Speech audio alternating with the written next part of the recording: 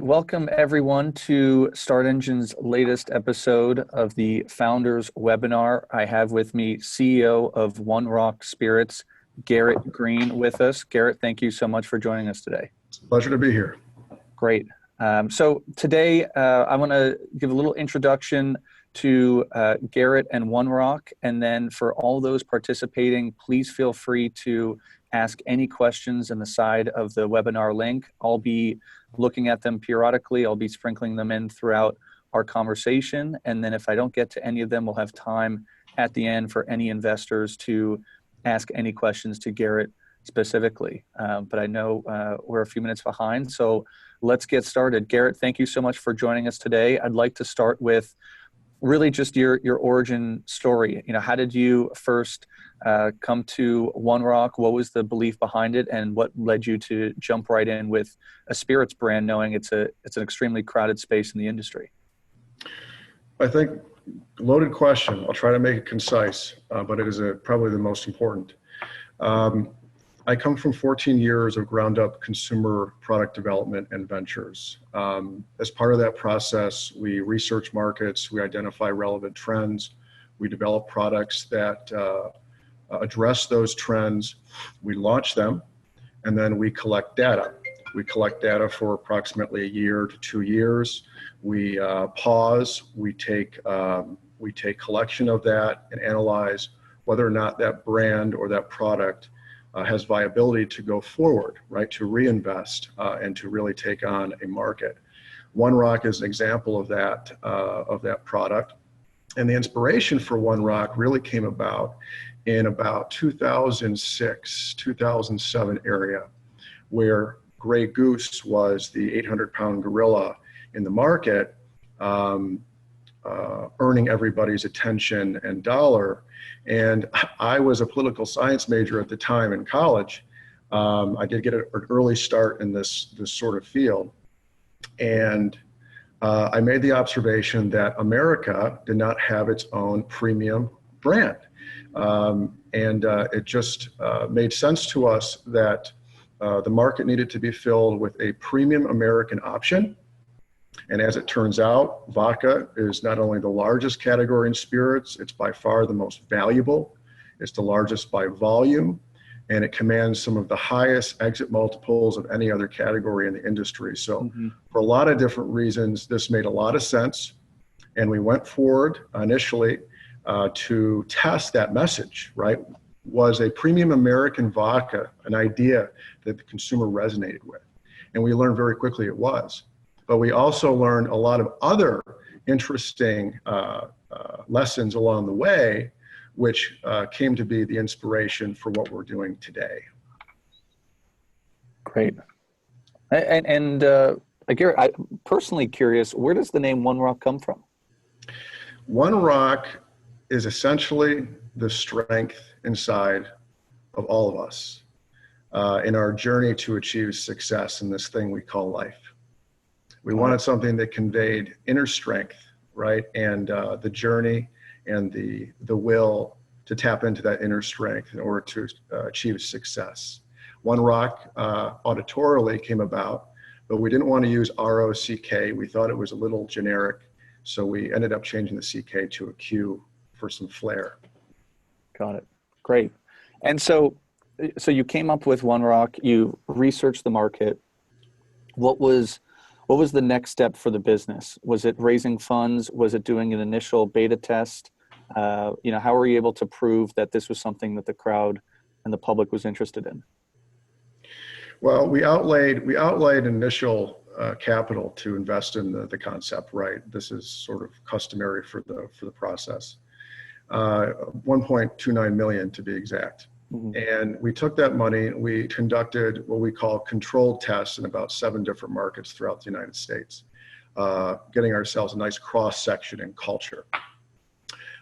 From that, we operated under what we refer to as a traditional industry model, right? We have a product, we bring it into the market, we get it shelved, and then it's up to us as the company to generate interest and momentum and buy-in from the consumer market.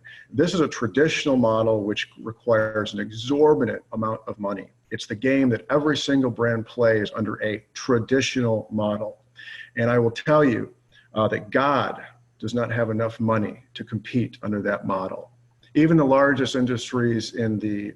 companies in this industry do not have enough money to launch a brand under that traditional model and know that they are going to carve out a niche market for themselves in terms of gaining the consumer's confidence. Mm-hmm. The reality of this industry is that as developers, again, I want to emphasize under traditional model, we as developers, or the entire entrepreneur developer market in the beverage space, we can create brands, we can get them onto the shelf, but we have no control over whether or not that consumer adopts that brand. It is up to the consumer once that job is done, right?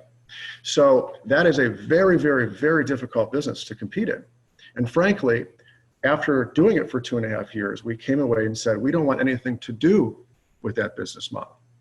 A business model where you don't know that you're going to return $2 or $3 or $4 on every dollar you invest. No is not a good business to be in. So we put the company on a holding pattern. We innovated, analyzed, and developed over 2 years this new model you see developing and gaining traction right now. Of course, this is the ONE ROQ Vodka Club, which has a number of components and nuances that are specifically designed to address all of these barriers that I'm describing.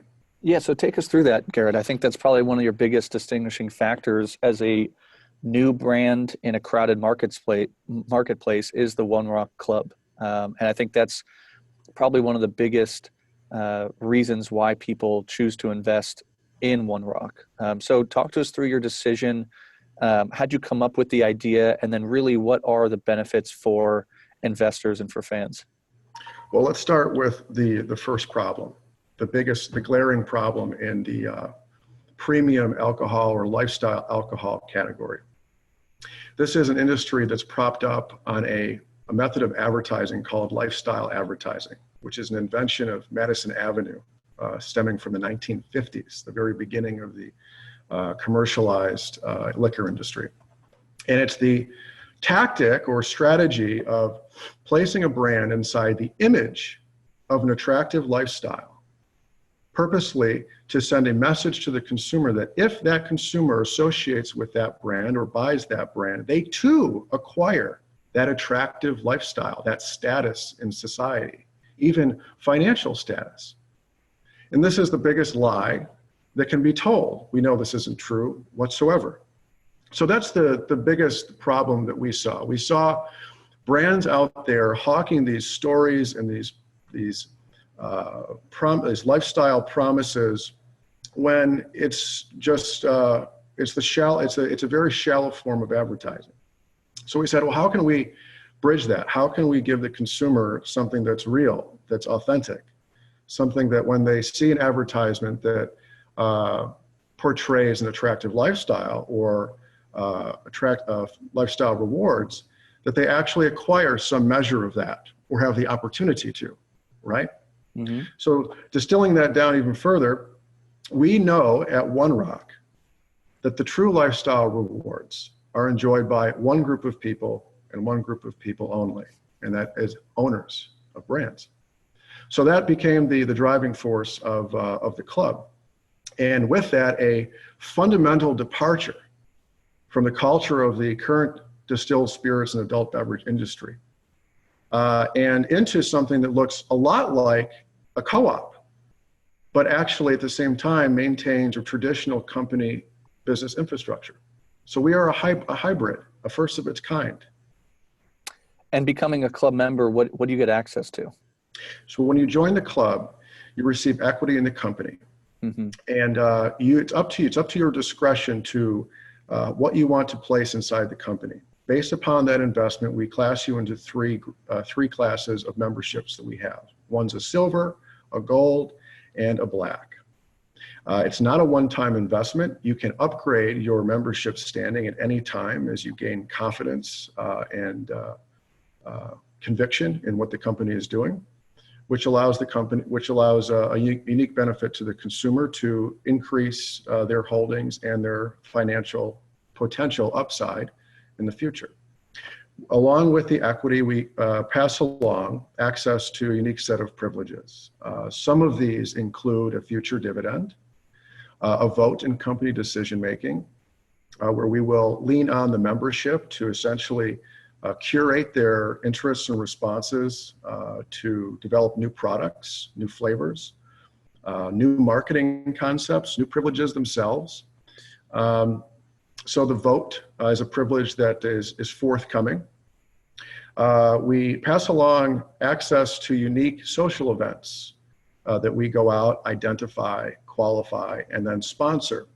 In the future, we'll actually produce our own events, top to bottom, but for the time being, there's a number of really great events out there that we have the privilege of contacting, partnering with, and then extending access to the members. We're also in the process of launching a personalized monthly content platform. We have what's called the reading room inside of our membership portal. And we have a team dedicated to developing articles inside of categories such as home entertaining, food and beverage, fashion, travel, even dating and relationships is a category we're developing within. And of course, those articles get custom curated to the actual members and based upon the preferences that they select once they are onboarded into the company. But wait, there's more. The privileges don't stop there. We also have developed tools, industry first tools that really are should be considered unprecedented for the industry.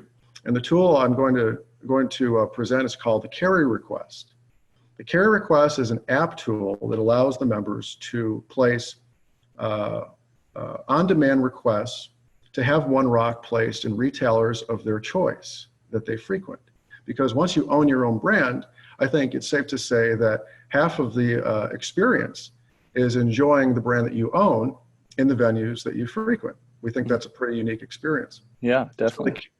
So the Carry Request is a first of its kind protocol that's actually completely changing the way that our brand, maybe all brands in the future, may be marketed to the market, may be marketed to the trade. So what happens is when these requests come in, and we are beta testing the Carry Request right now in California. I want to make that disclosure. This is a very new protocol, and there is testing and refinement that needs to be done before we release it in the contiguous markets. But the way it works is the request comes in and we route that to our agents in the field. That agent reaches out to the retailer on behalf of the member, presents the brand, lets them know that they have an active member owner that has specifically requested that their brand be brought into their establishment. This solves one of the most uncomfortable conversations you have with retailers as a new brand. Typically, you walk in with a new brand, you convince them that your product is wonderful and that you should be carried. And then people want it. And then people want it. And then it's up to you to invest thousands, sometimes hundreds of thousands, sometimes millions of dollars in a market to develop a base for that retailer. Now we have the advantage of walking into a retailer with a pre-existing customer base, solving that issue entirely. And we're providing a customized supply chain for that member himself or herself. It's new. It's catching retailers by surprise. They don't actually know what to think of it yet. But sure enough, over time, over a short period of time, this is going to start getting around the industry, and it will become a standard. Certainly it will be our standard. And of course, we don't have anybody in sight right now marketing or utilizing anything like this. So we're very excited about the Carry Request and its potential. Did I mention upside potential as a privilege of the club as well? Right. So similarly, but differently than a co-op, we have a value system that values the customer in the most intimate and meaningful form there is. okay? Ownership in the company and their influence and opportunity to drive the success of that company. And with that, also the success of their investment.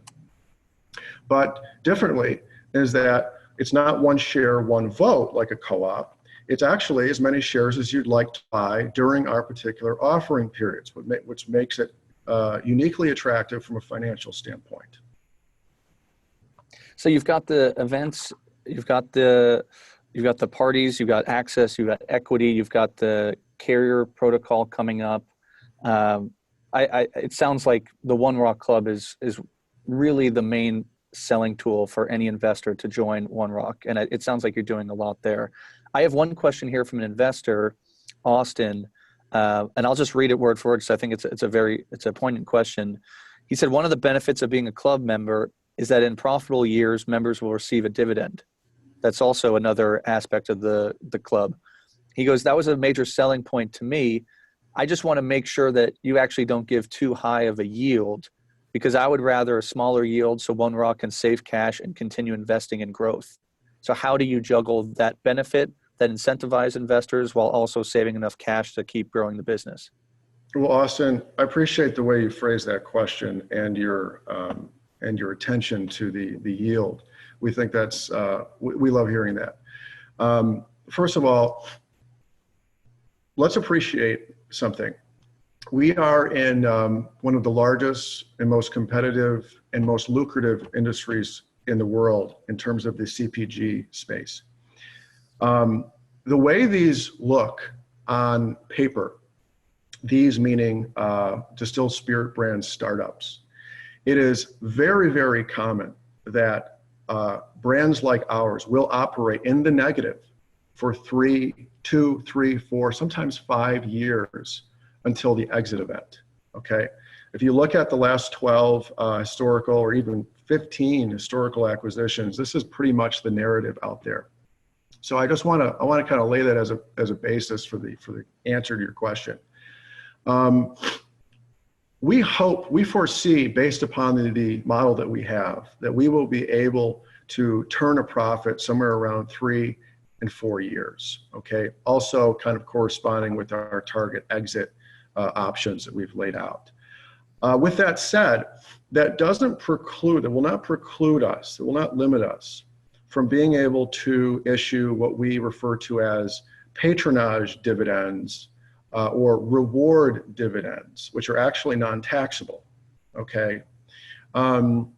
So the dividend, a true dividend, may not come until 3.5 years plus, okay? And when it does, yes, we will be very conscientious of making sure that dividend is not too fat, if you will.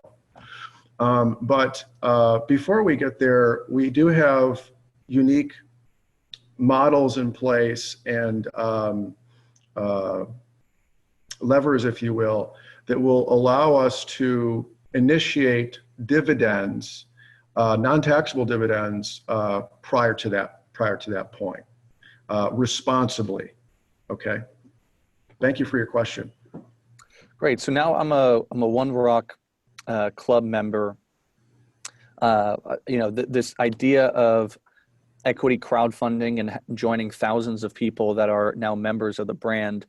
I think one of the things that every founder is interested in is harnessing the power of the crowd that you've built. So what can One ROQ members do to move the brand forward now that you've got the power of this membership behind you? That's great.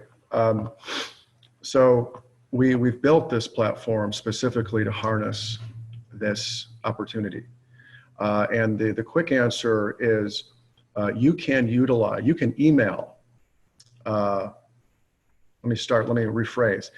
In California, you can utilize the carrier request as a protocol to send the message to the market that One ROQ has a first of its kind membership-based business model. You are a member, you are an owner, and you want this brand to be brought into your places of your preferred retailers.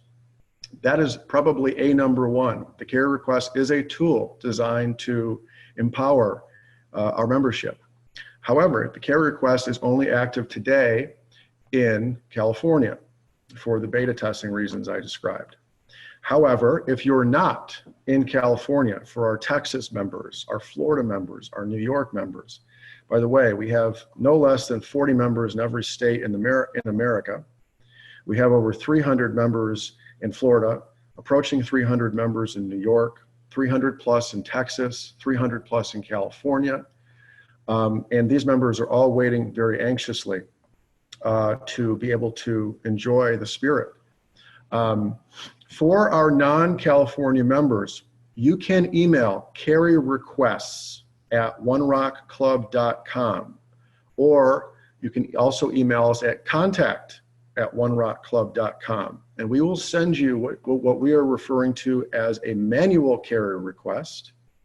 The manual carrier request is a document, looks something like a declaration, that you will print, you can print, sign, and submit directly to your retailer of choice. We recommend no more than 3 retailers that you actually frequent, 2 or 3 bars and restaurants, 1 liquor store, right?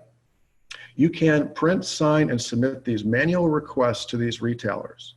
Everything on this document, it provides the necessary information for that retailer to contact us, enabling us to work with their preferred vendors, bring in One ROQ, and make it available before our scheduled launch dates in your respective market. Okay, so the carrier request, the manual carrier request, email us at contact@OneRoqClub.com. So Garrett, Tony asked specifically regarding the carrier request, with the holidays coming up and anticipated high volume orders around that time. What's the lead time? How far out do bottles have to be ordered, delivered by Christmas? Is that something you guys are thinking of right now? Okay, so with regards to the carrier request, we don't yet have, the up and running goal is 14 days or better from initial carrier request to completion. That's our goal, all right?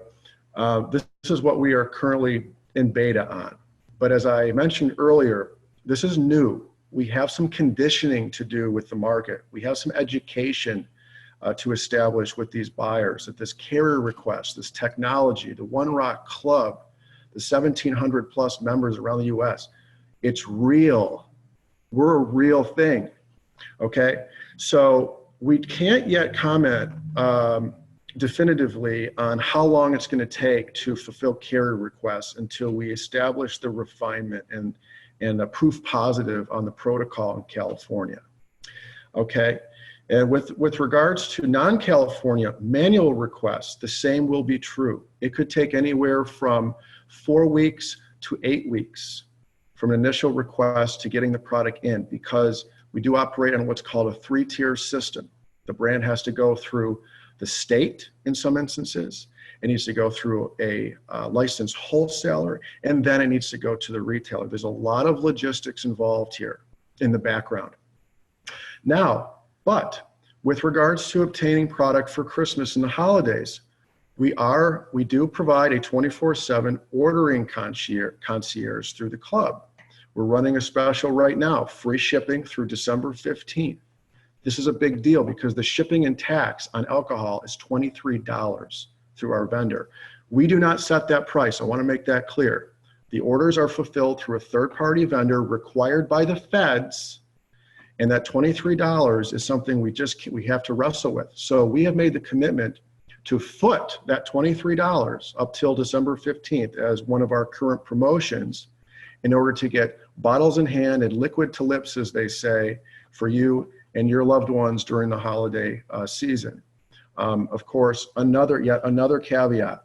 We are shipping to 42 US states on this model. For the rest of the states, it is illegal. Again, that's a federal regulation. We just simply aren't allowed to ship alcohol through the mail. Nobody is. We're sorry, but if you do live in that state, we are working every single day to open up the trade level so you can acquire the bottles appropriately through your preferred liquor store. Great. So December 15th is the cutoff. And Garrett, can you restate those email addresses that members can contact you in order to get a carrier request? Right. So at this point, right now, you can email contact@oneroqclub.com. All right. That comes into a main member relations desk that we're processing every single day. And we will initiate what's called a manual request on your behalf. And we'll work directly with you on that. 4 bottles and that promotion. You must be a member to take advantage of the free shipping. Okay, and that is all done through the membership portal. For non-prospective members looking to get a value, we are running a 35% off for prospective members using code ORVC. That's all self-explanatory once you hit the homepage at OneRoqClub.com. Great. Okay, Garrett, I want to shift gears here. We're talking about things coming up, future plans. Let's talk about current traction. Helen asks, 2019 is coming to an end. If you can share any exciting numbers, the business with year-end financials, any sort of information you can share about current traction, distribution growing. Talk to us about how 2019 has been for the business. Well, so we are in what we refer to as our foundational round. This 1.07 million is going through largely infrastructure, inventory building, more beta testing on this very new technology and this new platform. Okay, I want to underscore that point. We have made around 2,200 to 2,500 cases since launching. All of those cases have been shipped. Okay, we're looking at producing right now. Again, towards the end of the year, we are in what we call OND. 60% of the industry's volume is done between October, November, and December industry-wide. So product is shipped. We have product sitting in Texas, Florida, New York, Jersey, and California. California is the only market we have turned on for the trade right now. In terms of the sales being driven, it's for any other market out there, it's being driven by our e-commerce sales. All right. We realize everybody's chomping at the bit to get the product into the market. We recognize that, but we need to make sure we're ready. We need to make sure these processes are in place and everything's going to be fluid once we activate these markets. Okay, there's a process. Now, as far as the figures, in the alcohol industry, the value is based upon the cases moved and also the notoriety of the brand. Those are the 2 major metrics that the prospective acquirers use to value our brands in our industry. Cases sold, notoriety. I can tell you right now, there's nobody in this industry right now that doesn't have One ROQ on its radar. All right, we are doing something very different. So people are watching. So the notoriety piece, already working very well. For cases, as I've mentioned, we've shipped all cases. We're producing and shipping everything that we are able to produce, but it is imperative we're able to continue ramping that inventory. Okay. I want to speak on an additional metric we've brought into our model that's also contributing to the value as well. That is the membership joining. Every time a new member joins, it adds value to the company as well. Right now, on average, for the last 12 months, consistently every single month, we have enrolled an average of 100 members without flaw. And this is showing no signs of slowing down. And in fact, in the last 2 months, we've had a very positive uptick in those numbers. And this is all being driven profitably through our digital strategies online. Another very important point of differentiation. Again, go back to a traditional model where a brand must outlay an exorbitant amount of cash to produce its product, bring it to market, invest in the marketing and advertising to raise awareness, and wait 18 to 20 months later to quantify the performance of that investment. We're doing something very different. We have the ability to invest money every single week and return value at the end of every single week in real time. That's never been done before in the beverage industry, okay? So all these metrics are very positive indicators. We're doing everything correctly. There's not one piece of the model that has not done everything we set it out to do to date, and it's very exciting. It's a very exciting thing. But in terms of genuine velocity, right? You know, we're aiming at getting to 100,000 cases within 5 years. All right, that's going to drive a substantial valuation to the company if we get that done. 250 million plus, based on the standard industry valuation that's out there. Okay, basically take annual cases sold, okay, or the first number of the annual cases sold after 1,000 units, multiply that by 2, and put it into millions. That's the industry exit valuation or brand valuation formula. I'll say that one more time. After 1,000 cases sold annually, take the first part of that cases sold. So 50,000, take 50, multiply it by 2, put it into millions. And that occurs after 35,000 cases sold per year. Okay, that's the opportunity here. Great. And Garrett, you mentioned cases sold and notoriety. An investor specifically wants to talk about the notoriety piece, recalling your 2012 award at the SIP Awards in San Francisco. Do you have plans in 2020 to enter similar awards and competitions to help grow that notoriety? Awards is a very fun category for us, or question for us. With regards to the tasting competitions in the industry, we know of not one except the International SIP Awards that is authentically operated.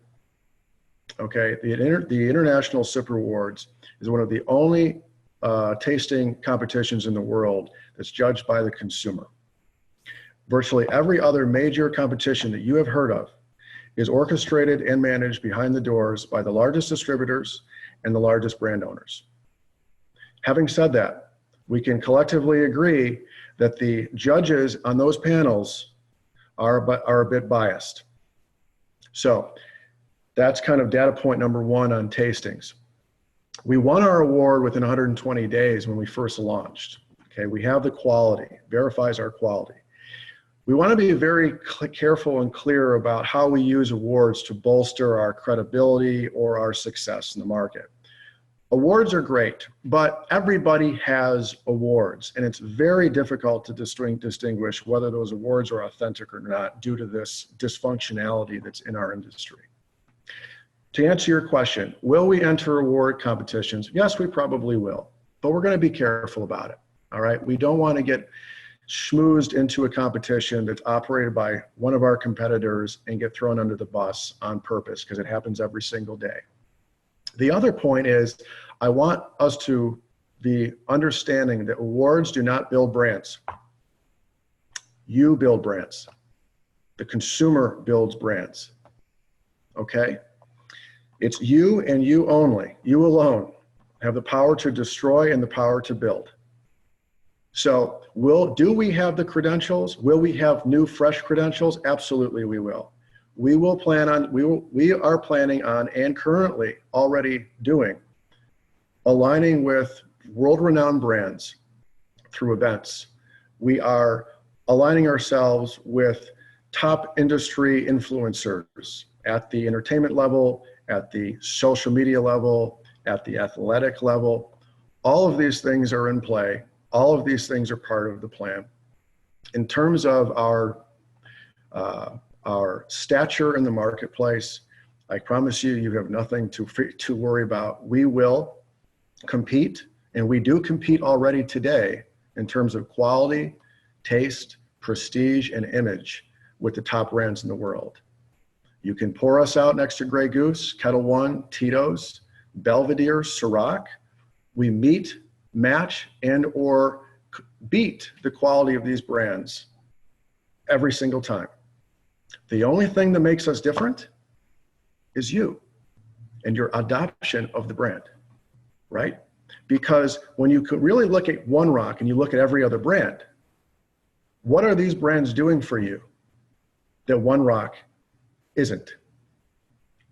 ONE ROQ is the only brand in this category that's made the decision to give you what matters most and spread out a unique set of tools that allows you to mobilize and capitalize on these privileges and these benefits that we've designed. And this is a cultural value proposition. This is a cultural strategy. Because Tito's, Kettle One, Grey Goose, and the like, they made the decision a long time ago what kind of companies and brands they want to be. Are these good products? Yes, they are. They're great products. But the only ones benefiting from the purchase and consumption of those brands are the owners of those brands.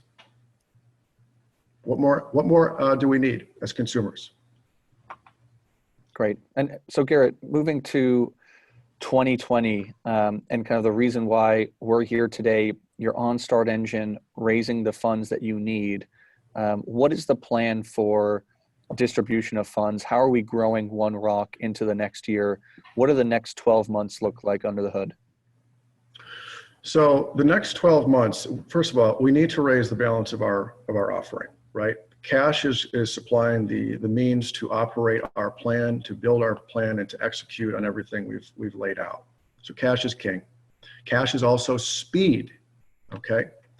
So we need to ramp our inventories. We need to get appropriate amounts of inventories in place in Texas, Florida, Jersey, New York. We need to replenish supplies in California.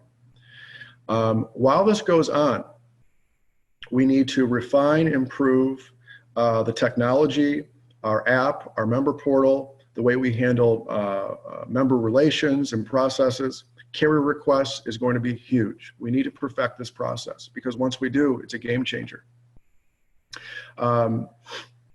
We will be focused on building out our sales teams. We are planning on building a network of agents around the country that will represent the brand, that will facilitate, help facilitate carrier requests. It will also help facilitate the opening of new accounts. By the way, we are hiring for agents, okay, in key markets. Talent at OneRoqClub.com. If you or you know someone in the industry that has an interest in joining this particular part of our business. Thirdly, we will be focused on authorizing or opening major national accounts, and venue operators to open the gates for ONE ROQ. For example, Total Wine and More, ABC Liquor, Bevmo, Duty Free, Sam's, airport, sports venues, hotels. Those are the major gatekeepers of this industry, and they are locked down by the major players. But because we have this model, and you are now an owner and our customer, we now have the ability to break down those barriers in a way that's never been done before. Okay, so in the next 12 months, in fact, we already, a peek under the hood, in our first 4 weeks activating the carrier request, we already have our first official request placed on Total Wine and Spirits and Bevmo in the state of California. Actually, about 13 locations of Bevmo and 8 locations in Total Wine. That's already gotten the ball rolling with for ONE ROQ to get on the radar of these giant retailers. So, Garrett, and then in terms of cases sold, advertising, a few investors have asked, one, they understand that they can become quote unquote soldiers of the brands, reach out to their retailers through the carrier requests and grow the brand that way. There's a few questions that have rolled in about more traditional types of advertising. You mentioned sports venues as being one of the keystones in the industry that if you get access to, you can really start to grow the business. Lewis asked, do you see any types of traditional advertising in around these spaces, like advertising at different sporting events, NHL, NFL, MLB, the big sporting, the 4 major teams? How do you combat the the kind of boots on ground marketing aspect that's going to make One ROQ so powerful with potentially the traditional advertising that gains a lot of viewership? Traditional advertising is an attractive strategy, and it's also very expensive for the returns. I think when we talk about One ROQ's ability to compete and perform and be on the same stage using those traditional devices, we can do it just as good as anybody else. But I want us to appreciate the cost advantage of the way that we are currently building versus the cost advantage of taking out expensive mass media devices such as billboards, aerial TV commercials. These are traditional devices that are nearly impossible to quantify immediate ROIs with. Are they necessary? Are they required? Do they help? Yes, they do. But the costs to do these things versus the costs to get the same exposure with measurable ROIs using digital options that are driving all industries today, quite frankly, is a no-brainer. Let me try to summarize, however, because I like traditional advertising. Traditional advertising is going to be important for One ROQ once we get to that level. But I want to define the level. We're raising $1.07 million. This is peanuts compared to what we will be raising through our business plan. Remember, after 1.07, we are conducting a subsequent round, utilizing what's called a Reg A Plus through the SEC. This allows us to raise up to $50 million per 12-month rolling period. 50 million, 50. That's the type of investment flow we need to get at in order to compete with traditional advertising strategies in the marketplace. Okay, so as an example, a $4,000 highway billboard may get the eyes of 250,000 passerbys. Maybe it does, maybe it doesn't. We have no way of knowing. And that may return maybe 10 new members, maybe 10 or 20 new bottle purchases. To quantify that revenue, that's $4,000 invested for about $200 or $300 in return.